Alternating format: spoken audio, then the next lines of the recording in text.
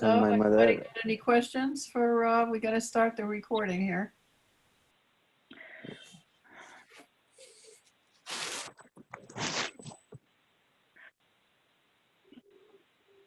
Oh, I don't have my water. Hold on for one quick second. I'd like to have a little bit of water.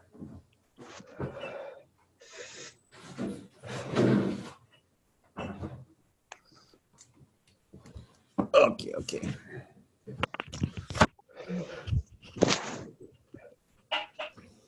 There we go. Just like to have water here. Oh, yeah. Always a good thing. So you can always do that example of picking it up, drinking it, and saying that that's what Yes, right. Yes, Putting indeed. it down. My prop. That's the only prop you Yeah. need. Oh, boy. Well, I need a little booster shot of Selfless Self because, John, I found out I have some heart issues, and I find that I get some anxiety going about it. So I need a booster shot. Yeah, you're formless presence. You're not this body that you're holding.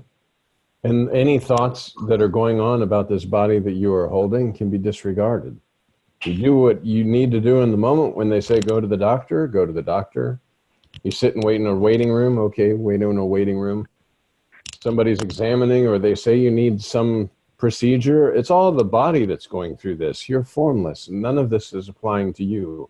Yeah, you'll feel the sensations of whatever you're going through because this instrument of body projects these senses and these feelings, but you're the power that provides the feelings, and the body is not your own self. Well, I've been watching the anxiety when it comes up from, spaciousness, but sometimes I'm still anxious. Then mantra. That's a time that when there's an I am somebody else and a thought train is starting to come and there's an identification because of something going on in the moment, just mantra. Turn thoughts to mantra, turn thoughts to the formlessness, just remain with your selfless self. Don't even observe the thoughts. Thoughts are flowing, okay. And then it becomes just a very simple, in my own procedure with heart, I had a pacemaker put in, and I remember the day that I went in to have the pacemaker, I was sitting on the metro and I was just concentrating mantra, and before I know it, I'm remaining with my selfless self and signing in. Then I'm sitting in the chair. Then they're taking me back and putting IVs and such, and I'm just remaining with my selfless self. They wheel me into the surgery. I just remain with my selfless self. The gas puts me under. I wake up, and that's it. No commentary of going, oh my God, I'm going to the hospital, and what happens if this is that. Even when the doctor, he has to go through this list. And when he's talking about putting in a pacemaker, he says, of course, this won't happen. We'll do our, but I have to tell you that this procedure could lead to death. These are all the different things that could happen. That's one of the outcomes. And that is a potential outcome. We hope very small, and we'll, of course, do our best. But by law, we have to read this to you that one of the potential outcomes is that you will die. And so you just remain with your selfless self. Just, okay, formlessness. And the truth is, Nisargadatta Maharaj talks about when you're under the anesthesia, all the procedures going on around you, you're not consciously aware of the procedure that's happening to this body. So there's nothing to be worried. There's no fear. There's no anything. And you didn't do anything. Your body is laying on a table while they're doing different things for you. And that's it. And you don't have to think about any outcomes, because the truth is, if the outcome had been, okay, I didn't make it in the surgery, I never would have known.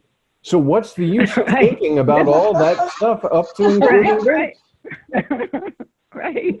when was it, John? Yes. How long ago? Oh, this was, I think 2 years ago. It might have been like a year and a half, 2 years ago. I think it was like 2016. I had a pacemaker put in.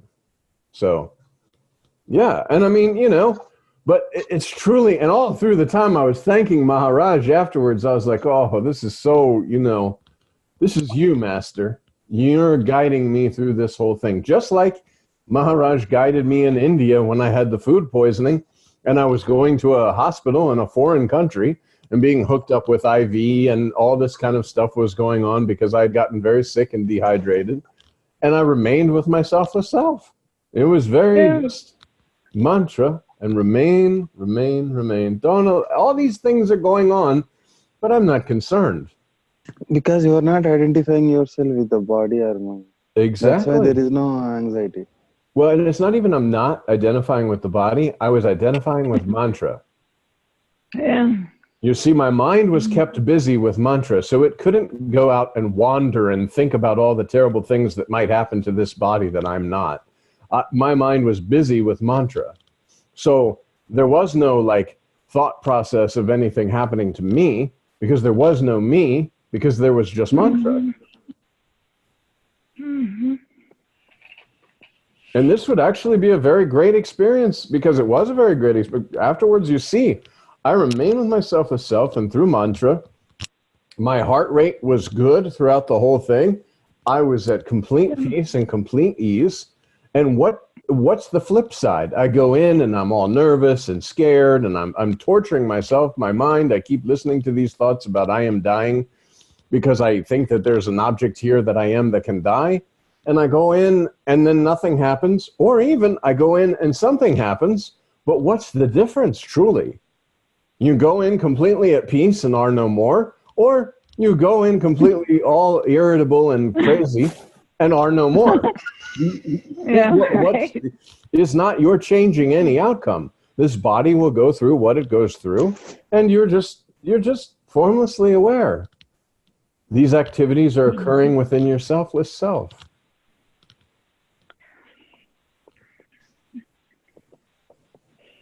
Each one of us could lay down in our beds tonight and the body could no longer be able to sustain the presence that you are. And that would be that. But you're not going to go to bed tonight shivering and wondering whether you're going to wake up tomorrow. Because if you do, you won't sleep. Right. Mm-hmm. And if you don't wake up tomorrow, you will not know. Yeah. Mm-hmm. Right. Usually, In a different place. usually we think of anxiety as fear of not knowing, but actually we don't know if we're going to wake up each next morning, so we're not afraid to go to sleep. So actually, we're not really afraid of not knowing. We're afraid of knowing some kind of imaginary. Exactly. The not knowing, how can there be fear of what you do not know? It's only the imagination that you're afraid of, and it's created through the belief in I'm a body that something can happen to.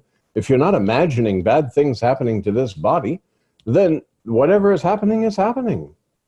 Mm-hmm. It's only when I give it to this thought flow and I identify with these are my thoughts and I get really wound up in it.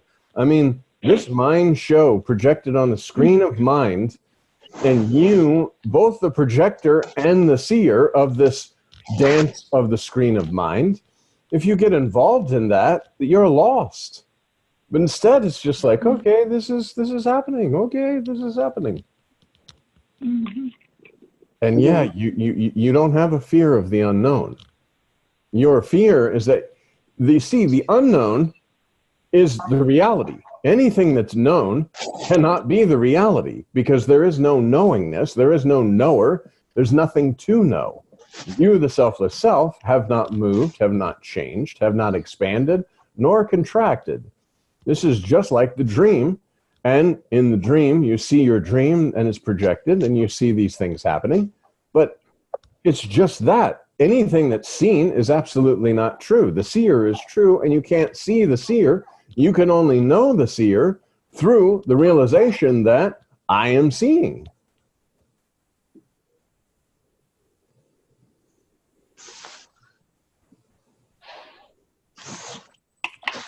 Well, what about the anxiety? Well, again, if you're not identified with the body, then whatever the body does, and you'll notice this too, when you remain with your selfless self and mantra, just keep mantra, remain with the selfless self, the sense of presence, remain with the I am, and observe your heart beating a little bit faster. And maybe your palms are sweating.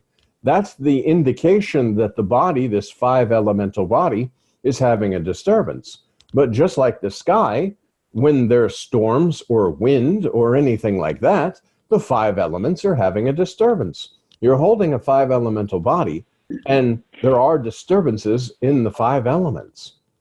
But that has nothing to do with you because you're the projector of the 5 elements. You're prior.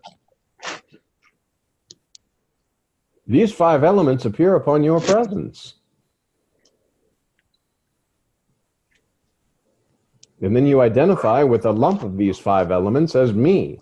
And then worry about this me that you are not, going through experiences that you're not experiencing, and thinking that you can die when you're formless and birth and death don't make sense. The sky does not have birth or death. No label to sky. No separation to sky. You can't do anything to the sky. Even if we were to launch nuclear missiles up at the sky, you have your nuclear winter and all that disaster, but the sky is not affected. It's not blowing holes in the sky. Just occurred to me that if I imagine I do know things, if I imagine that I know I exist, then I'm that in itself won't necessarily cause fear, but fear will just be right around the corner if I start imagining more stuff that's other than just that I imagine myself to exist and be here, but that forms a basis for other imaginings. Yeah. And the first imagining is I exist or I am. That's the first. Yes, you exist, but your sense of existence is something that created a dual feeling. I exist. No, you are existence itself, but there's no knowingness of this. There's no one that needs to know. There's no one that wants to know. There's nothing. There's no fear in that. How? How is the space in this room afraid? Even if I were to light a big fire and throw all the furniture in the fire, the space is not affected. If this whole house were to fall down, the space is not affected. And we talked about before, the space was around in the dinosaurs, and the space will be there after we've traveled like Star Trek. The space has not improved or unimproved, and it has not aged, and there's no time for the space. It's only when you believe yourself to be a body form that you create the sense of time, because there's an object in time, so you're able to measure time based on this object and other objects and the passing of both. Yet all these objects are appearing on your spontaneous presence, which is outside of time because time has appeared to you. And this time has appeared with the concept, I am born, I am this body. Oh no, now this body is going to die. Now I'm dying. That's the concept of time. The appearance of the I am, the disappearance of the I am. Both of these appeared and disappeared on your spontaneous presence. Like Maharaj says, presence does not know I am presence. Would you say consciousness and presence are also nothing in them? Interchangeable, yeah, basically. Show me a picture of your dream. Show me a videotape of your dream.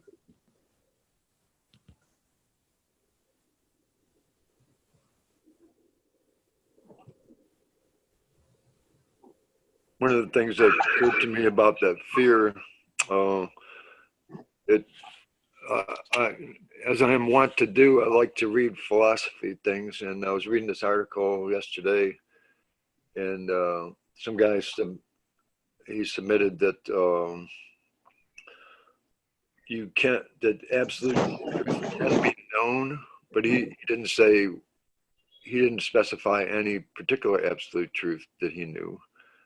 But anyway, he was getting all kinds of responses of people trying to turn it into more than what he was saying. Like they were trying to prove the absolute existence or non-existence of God with their logic.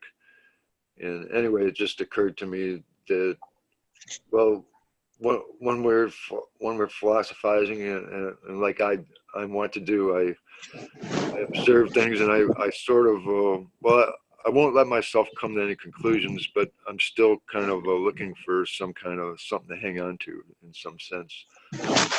But you're formless. You are not body. All the body-based knowledge and body-based experiences are untrue because they're based on a false belief that you are a body.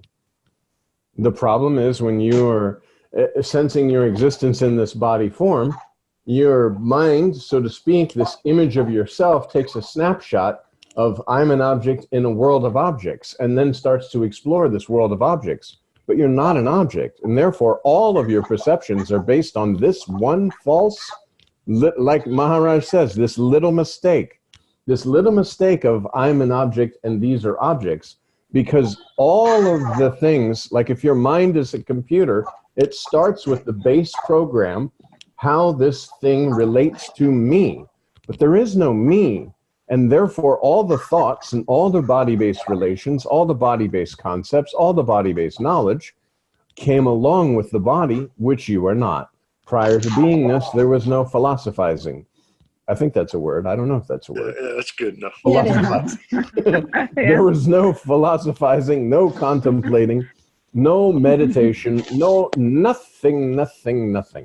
Once your instrument of body was believed that this is myself, then the perception was this is a world with a me in it. However, Maharaj has said, you are not body, you are not body, you're not going to remain the body.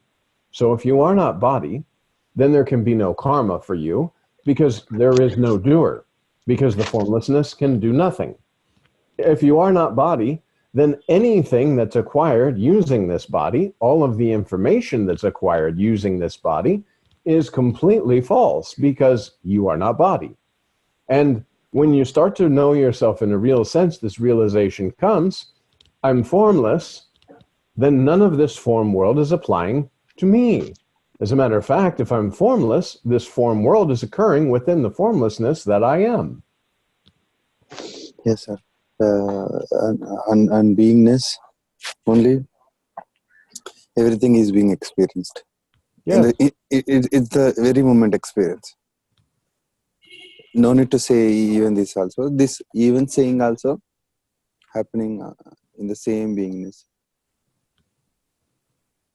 Yep. When you look around and you see all the people and all the everything, it's just like a dream. Because there's one projector of the entire everything, moving everything around, energy that's giving power to people and speaking, and all the stories that are being created, and all this is coming from a dream. The same as the consciousness in the waking state is the same as the consciousness in the dream state, because there's only one consciousness.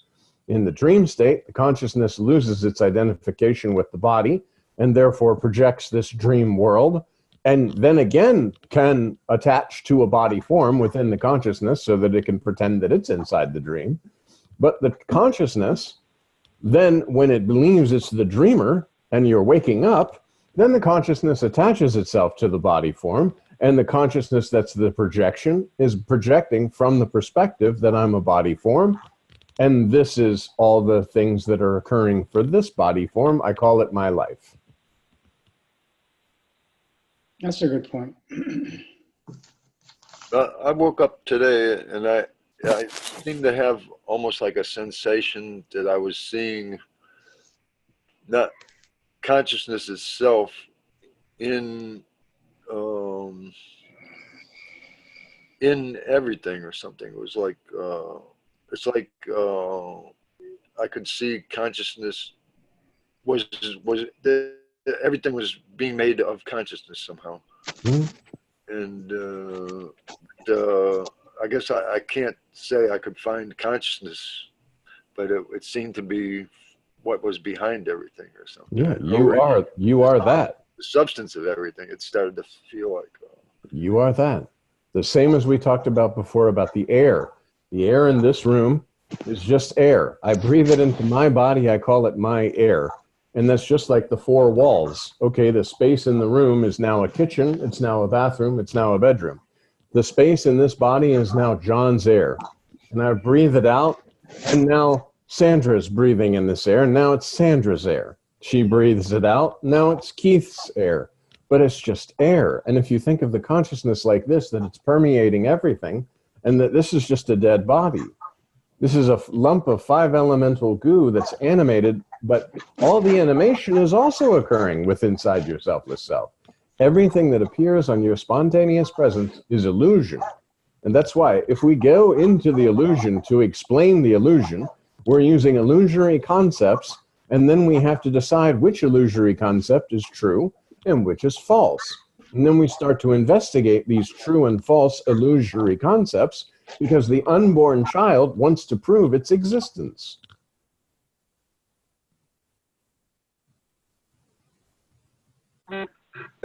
Also, I had sort of like the sense of there was nothing other than consciousness. There was like, and it seemed like, I mean, it's kind of like, seemed like mine, but it's not mine. That's doesn't really make sense, but it's like mine and not mine at the same time or something.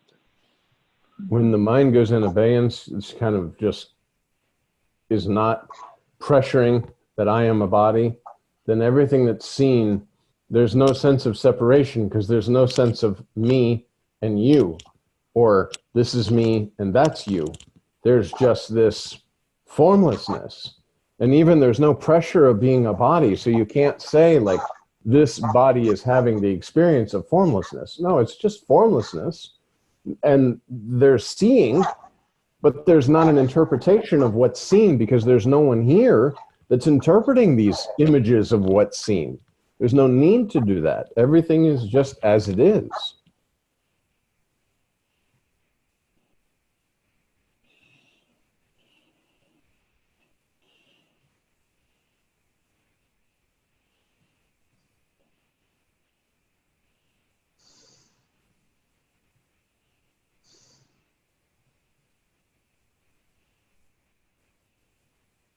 That's judgments make no sense. Yeah, who's judging and what's to judge? Yeah. The only way you can judge is when you're, again, from that wrong perception of this is me and I don't like this, or this is me and these things are happening and I'm not liking this, or I'm very much liking it, I want it to continue. But there has to be a me. So when the I am somebody else is there, then the concept of separation is very strongly impressed. I am a body.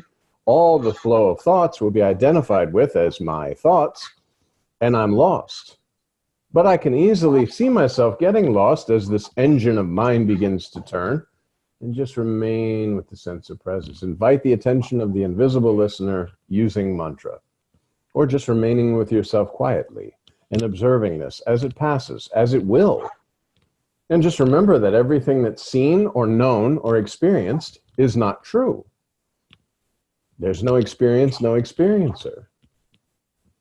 Maharaj says, no experience, no experiencer, no witness, no witnesser, nothing, nothing, nothing. All of this something appeared because there was a belief that I am a body, and the perception of this seeing is I'm seeing all these things. But without body, and when this body can no longer sustain the essence, then there will be no seeing.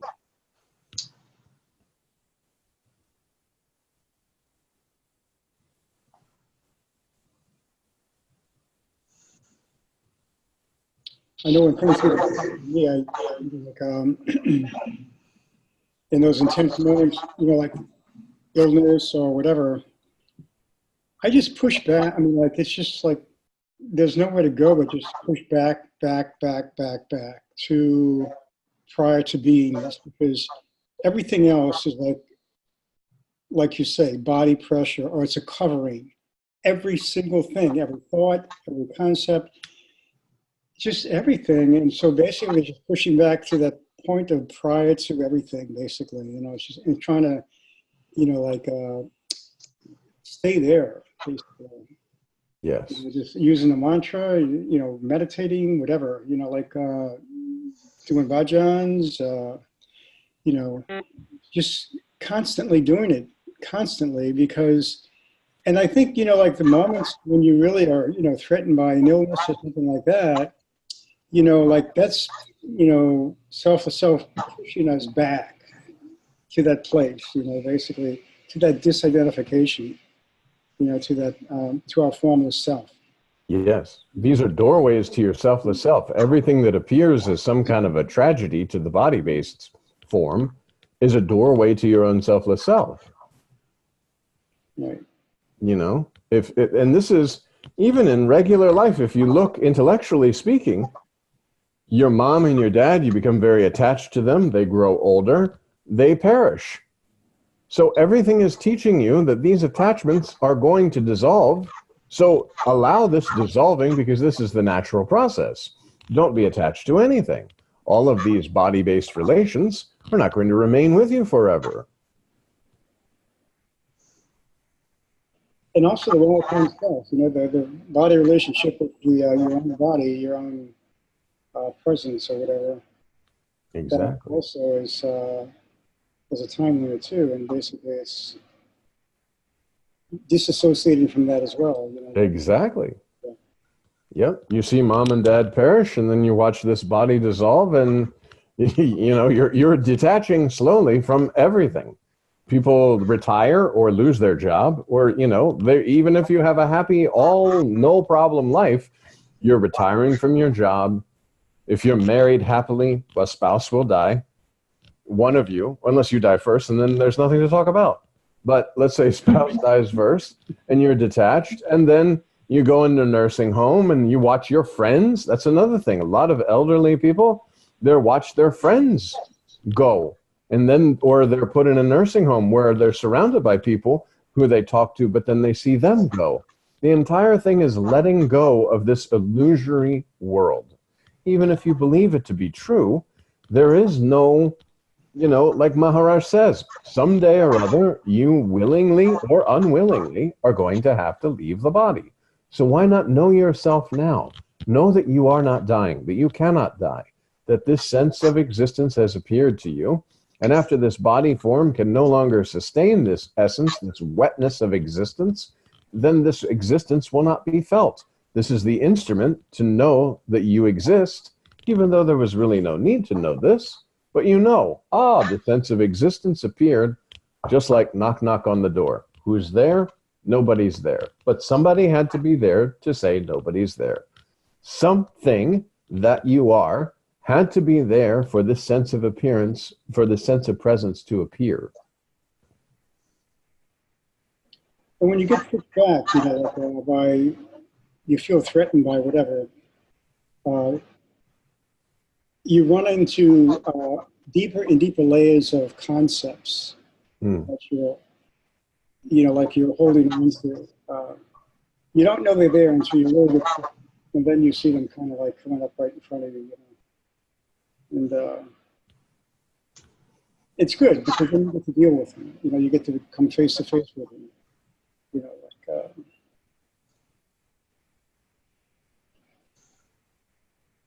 That's why Maharaj says that meditation is so important. Meditation allows you to sense that sense of presence, to feel that presence, and disassociate from this whole mind flow and start to identify with the sense of presence. The identification with the sense of presence will lead you to that void, where that void is like a lot of people will say, whoa, there's nothing here.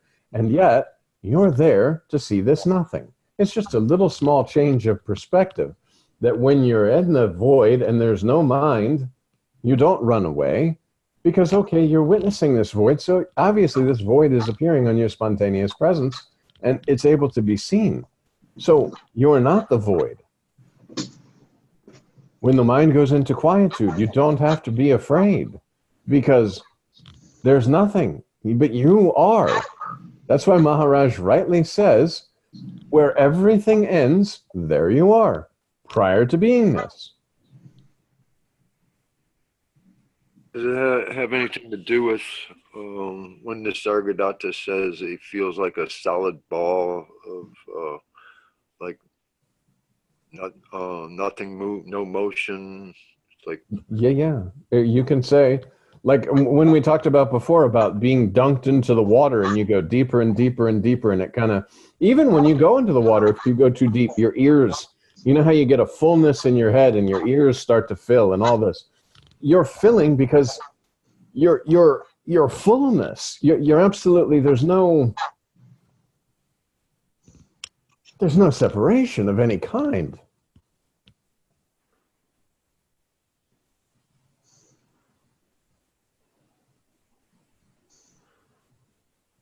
And again, that's why the books are nice, but the books allow you to basically read the reader, sense the sense of presence that is being projected through these words on the paper, and reminding you, accept your selfless self, there's no God, no Brahman, no Paramatman, no master. Then who am I? And that's when you go in and you invite the attention of the invisible listener.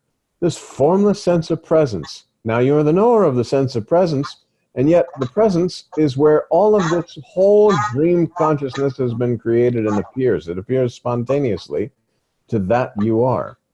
And so now you don't have to know anything except just remain with presence. Somebody starts philosophizing about who's unborn and this and that. Oh, no, just remain with presence. Because it won't make a lot of sense, the things that people say or people do. That's why Maharaj says, this is the last destination. If you go and you try to find all the gurus and all this kind of stuff, they can fill you with more concepts, but they cannot point you to yourself. Maharaj has shown the mirror. The mirror is here, a clean, clear reflection. This is yourself. Okay, now you've seen this. Now remain there. As you remain here, this sense of I am is pleased, as Nisargadatta Maharaj says. Pleased meaning, when things are going on out here, no, I'm here with this sense of I am. And this sense of I am, this sense of presence, has been labeled God, Brahman, Paramatman, or Master. So you are worshiping your selfless self by remaining with this sense of presence, with this I am, consciousness remaining with consciousness, and not the objects that are appearing and disappearing within that consciousness.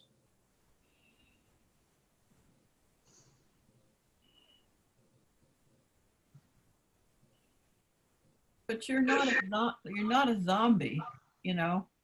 No, well, because, well, see, there's no, it's not like that. I don't know that you could be like, you'd have to really actively try to not do something. Oh. It would be like, okay, I know I'm not a doer, and yet I'm in this body form, so I'm not doing anything. No, the sense of doership is because I'm formless. So whatever this body form is doing, actually, there's no doer. And what all these other body forms are doing, there's no doer there either, because it's a bunch of empty boats with an identification that I'm one of these empty boats, and you're banging on my boat. actually, when I think I am the doer, I can feel like a zombie, like I can get bored and think it's that there's no, it's kind of a downer or something. You can turn it into the, Well, like, again, doership can make a zombie out of you. if you're bored, then there's definitely a you in time, because the spontaneous existence, that also won't make sense. Boredom. Bored of what? Bored of these scenes that are appearing and disappearing that you're actively participating in one moment and then they're gone the next. There's no mind flow that keeps a sense of time, and there's no mind flow keeping you pressurized as being a body. So if you're bored, mantra, remain with your selfless self, because boredom requires the you in time that believes they're doing something or that something can be done. Spontaneous, there's not the razor's edge of reality. It's too thin for a you. You are this like fat guy here, and razor's edge of reality is here, and you have to disappear to walk the razor's edge of reality. If there's a you, you're going to wobble across the razor's edge. Ranjit once said, I don't get bored because I don't think. Yeah, there can be no boredom. It's spontaneous. I mean, we could sit and just chat and talk and talk and talk and talk, and then, okay, it's finished. Okay, that's it. And there's no sense of this. You will not be bored unless you're using mind and identifying with mind, and this identification with the thought stream of I'm somebody in time, counting the moments. Time is literally just looking at the clock and saying, oh, today, right now, it's 7:58. But there's no thought of a time other than there's a digitized time that's presenting itself.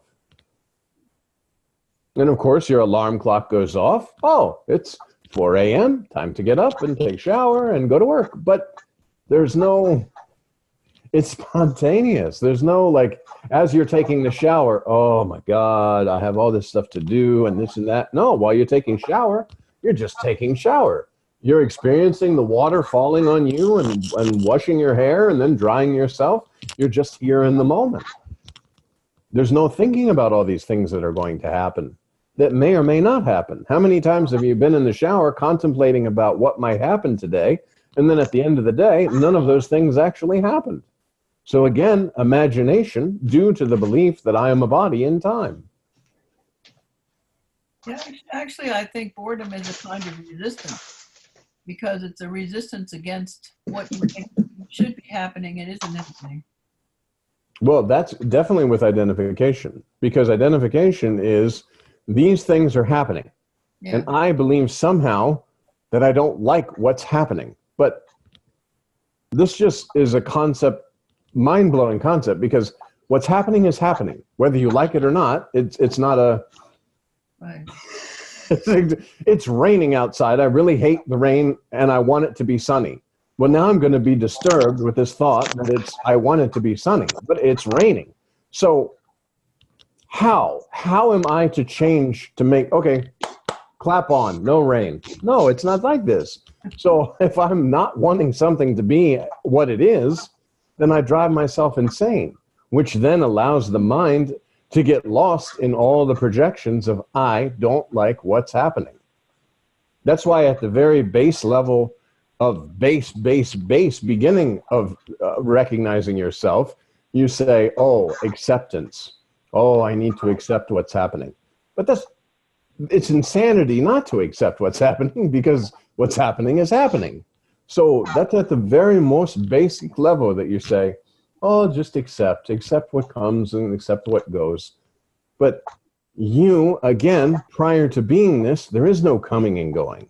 All of these things that are being seen, all these experiences that are being experienced are appearing on spontaneous presence.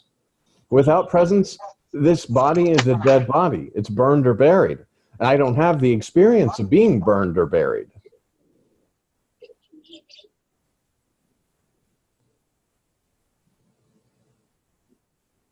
One thing that kind of threw me for a loop, I was reading some Nisargadatta, and he said, we deal in facts, or he deals in facts. And then I was trying to figure out what would a fact be as opposed to you're formless. Every it, question that you have is a doubt about your formlessness. When he says he deals in facts, everything that you can ask a question about will automatically be imagination and concepts. And he's prior to being this, so concepts and imagination are to him the same. You're saying, okay, he deals in facts. The fact is, you are not body, you are not body, you're not going to remain body.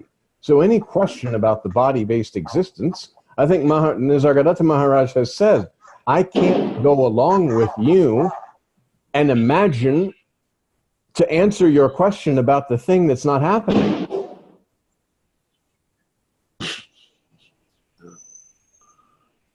And remember too, it's good. Every morning I read Nisargadatta Maharaj and Ramakat Maharaj. I read the books on Kindle as I'm traveling into work while I'm listening to bhajan. But remember, don't get hung up in the words. Maharaj says this many, many times. Yeah, I was just Forget about, figure out what he meant. I was but thinking. no. Forget about what he meant. The conveyance. Everything that Nisargadatta Maharaj says is, accept your selfless self. There is no God, no Brahman, no Paramatman, no master. Nothing is there. Sri Siddharameshwar Maharaj says the same thing, slightly different way. Balsed Maharaj says the same thing, slightly different way. Ranjit Maharaj says the same thing, slightly different way. But all of it is just so that you will recognize, I am not body, I was not body, I'm not going to remain the body, and I remain with the formlessness that I am, and I stop playing in the form.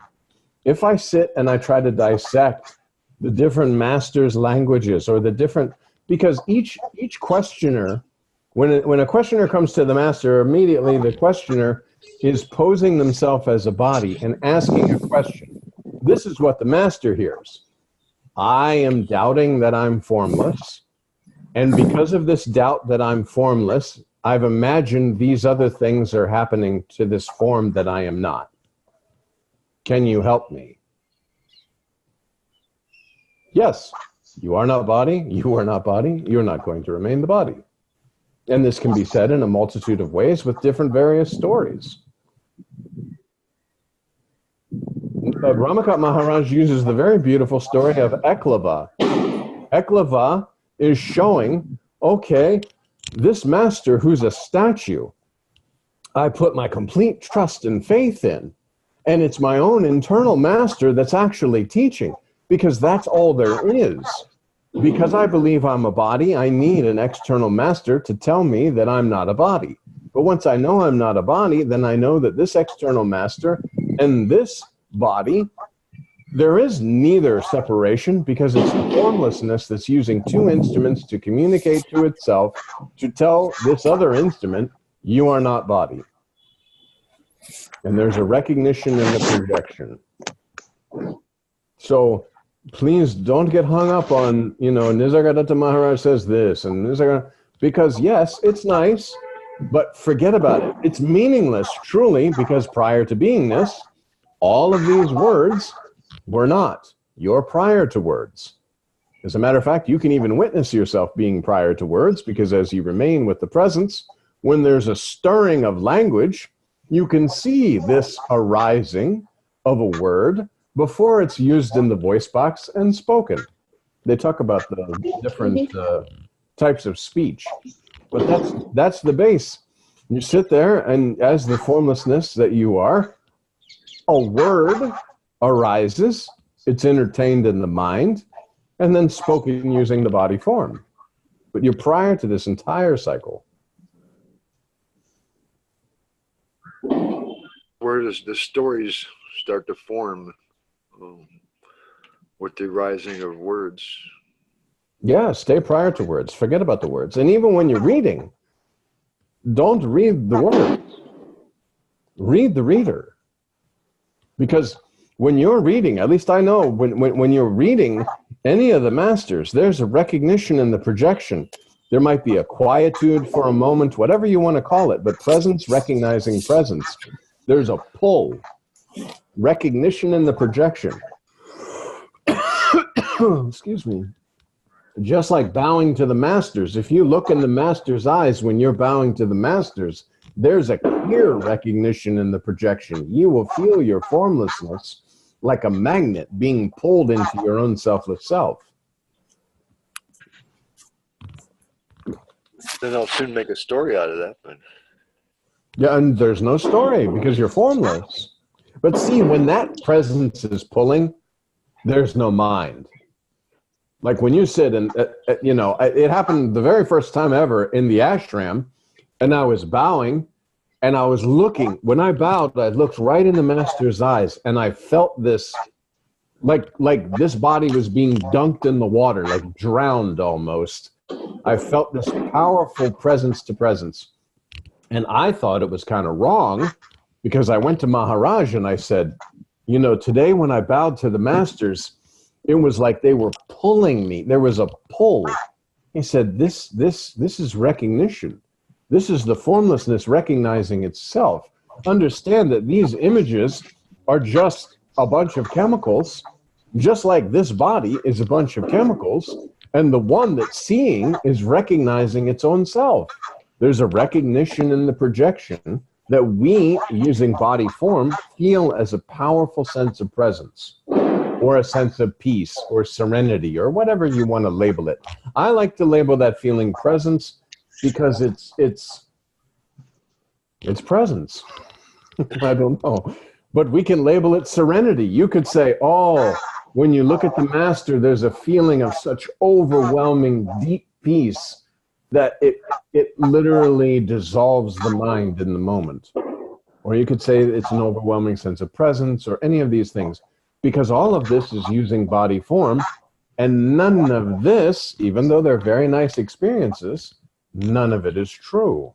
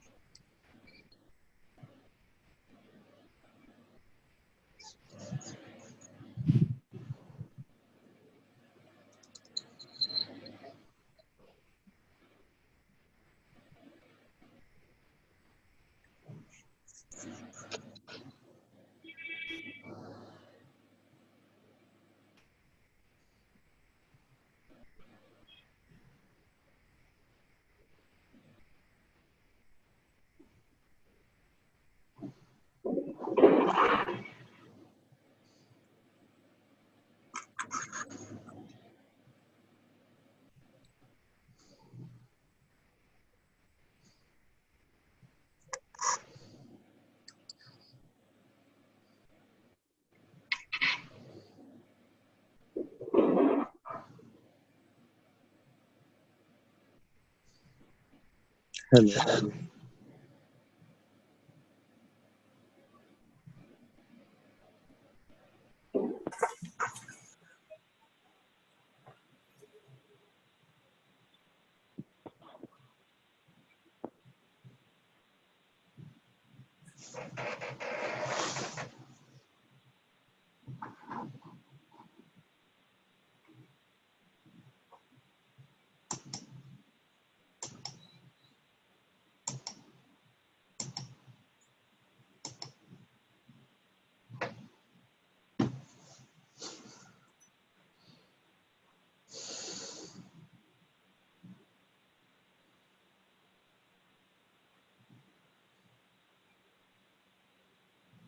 Well, John, you want to call it a night? Sure, that sounds good. I think Thank we you, all sir. got Thank you, pulled everyone. into the selfless intoxication of the selfless self. Yeah, Thank the you self very much. itself is silent, so now we're going to be the self itself. Good. Yep. Yep. Thank Good you. night. Good night. Thank you. Thanks, everyone. Good night. Thank you. Thank you.